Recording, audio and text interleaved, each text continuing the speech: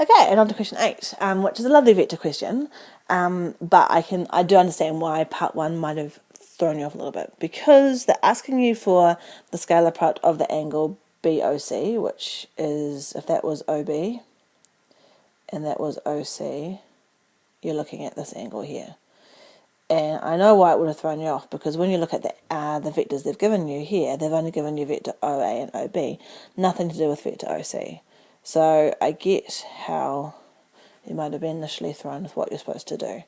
So I'll give you a little clue that I've got for working with vectors is sometimes it pays not to overthink them too much. They've given us a lovely diagram. And remember, I'm always showing you guys a little diagram that I draw all the time to find out vectors. So remember, if I'm saying, oh, what's the vector AB, for example, I'll always draw myself a vector that's OA and a vector that's OB. And I'll say, well, there's my vector AB right there. So I know that the vector OB here is the same as OA plus AB. Okay, so let's go back to our diagram here and see we want the vector OC so that we can actually sit up and find the angle between those two vectors. So let's go back to this diagram here and see how do we get the vector OC? And so the key thing at this point to remind yourself is that a vector is about movement, it's about direction, it's not about exactly where things are. So when I look at this diagram, I can see that the vector OC, which is the one that I'm after, is the same vector as AB there. So if I could find vector AB, that's going to give me what I need over here to solve this problem, which is the vector OC. Okay, so down here, I've reminded myself how to get the vector AB by drawing this little triangle here. So I know to get the vector AB, that's the same as the vector OB minus the vector OA. We've done loads of those before, so that's the vector AB. So if I go back over here, my vector AB, which equals the vector OC, is going to be the vector OB. I'm going to write it out. Oh, it's already in column notation, but I would write it in column notation even if they gave it to me in component form. And then 3, 3, negative 4. Oops, negative 4. So then I get the vector 2, negative 3, and 6. Cool. So that's my first point, is to get the vector OC. And now I'm just going to apply the same steps we have before to work out the angle between the two vectors. So let me just move all of that up. There. So we've got our vector here, which is our vector OC. So that vector there. And we're going to combine that with the vector OB. To find out the angle. So the vector OB, if we remember, it's written for us, is 5, 0, 2.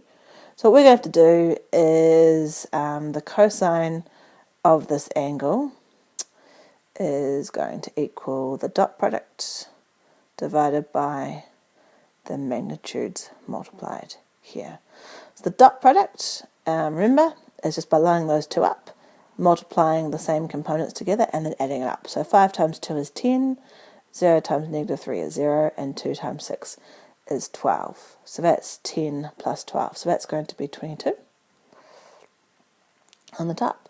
And on the bottom, we're going to have, we know straight away we're going to have 2/3 there. So our first one is going to be from here. So 2 squared plus 3 squared plus 6 squared, which equals 49, which does equal 49, which does equal 7. I'm just going to write it like 49 before. Before I said 3 squared. I know it's negative 3 squared, but we know that if it's negative 3 squared, it's going to be positive as well. So that's all good. And then this one here. So 5 squared plus 2 squared. So 5 squared is 25. 2 squared is 4, so that's going to be 29. There. And if you leave it all in surd form like this, you can then, to work out the angle, just do the inverse cosine of all of that. I'm going to be really lazy and just put that like that in there. Just make sure at this stage that your calculator is in degrees mode. I'd hate for you to do all this and then not have your calculator in degrees mode and so therefore get it wrong.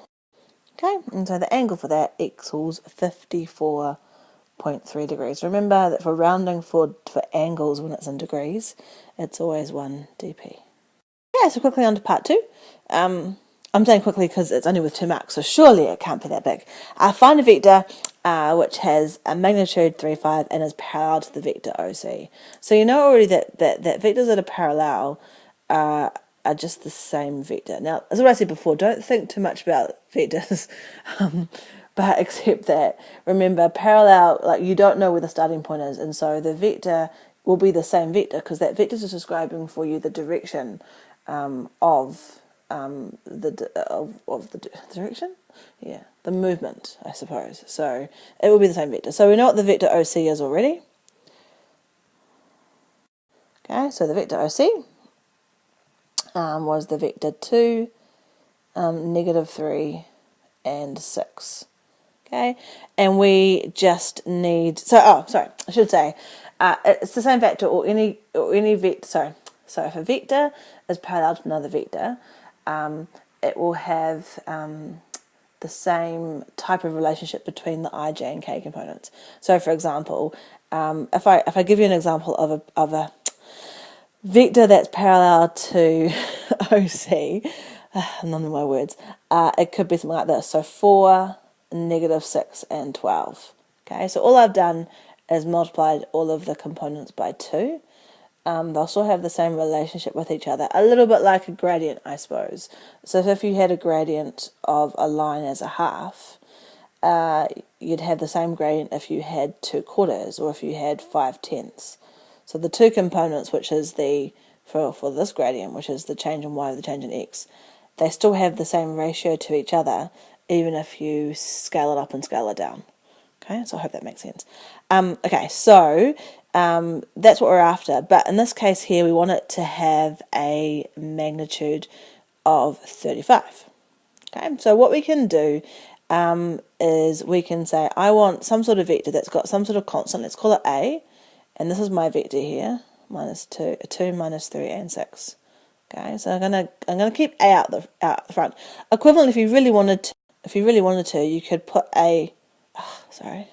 You could put a beside every single term like that, if you wanted to. So what you're saying is you don't know what the factor will be yet. Okay, and my example here was a factor of 2. You don't know what it will be yet. And then how do we solve this? Well, we'll set up what we'd normally do for the magnitude, which is to square all the components and add them up and square root it and set that equal to 35. Okay, so if I take this version of my vector OC, to get the magnitude, I take each term and I square it. Yeah, each term and I square it. Oops, and I add them all up. And then I'll take the square root of all of that, and that would equal 35. Cool, so then to solve that, all I have to do is a bit of algebra at this point here. Who would have thought algebra in our pure maths paper? No, get out of here. Okay, so, moving that all up, just a bit of a space. It's weird, sometimes when I do this, it moves everything all at once, and sometimes, like today, it just does little bit by little bit. Okay, so let's go ahead and do this all out. So you're going to get 4a squared, you're going to get 9a squared, and you're going to get 36a squared, all below that sign there, equals 35. So if I square both sides, so 35 squared, and I group this all up, so 4 plus 9 plus 36 gives me 49 a squared, and by squaring both sides, that's got rid of the big square root sign on the left hand side. So then a squared equals 35 squared over 49.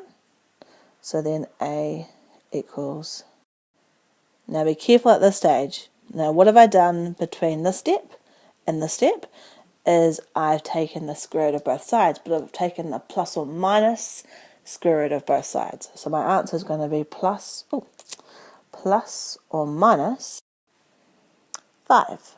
Oh, get my pen. Plus or minus 5. Okay, so that is the factor that if we use that, it would make the whole that parallel vector have a magnitude of 35. So what you do is go back to what I showed you before here and actually write it out like that. So we're going to say that the vector we're after is plus or minus 5, plus or minus 5, and the original vector that we started with, 2, negative 3, and 6. Okay, and that will be our final answer there. So I've just looked at the assessment schedule, which I always do after I solve my problems, and then have a look at what they've done. And they've done a probably slightly more efficient way than I have, but that's okay. I think my ways helps with the understanding of what we're doing, I think. Hopefully that helped with the understanding of what we're doing, more than what the schedule showed you. But yeah. I guess what I was focusing on with my explanation was the relationship between the different components in terms of the gradient.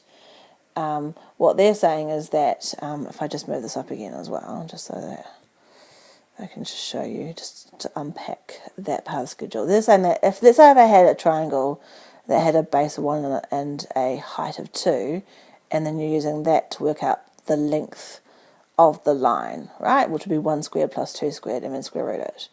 What they're saying is that if you had a similar triangle, okay, which is going to have a parallel hypotenuse to this one, let's say it was 6, a height of 6 and a base of 3, right?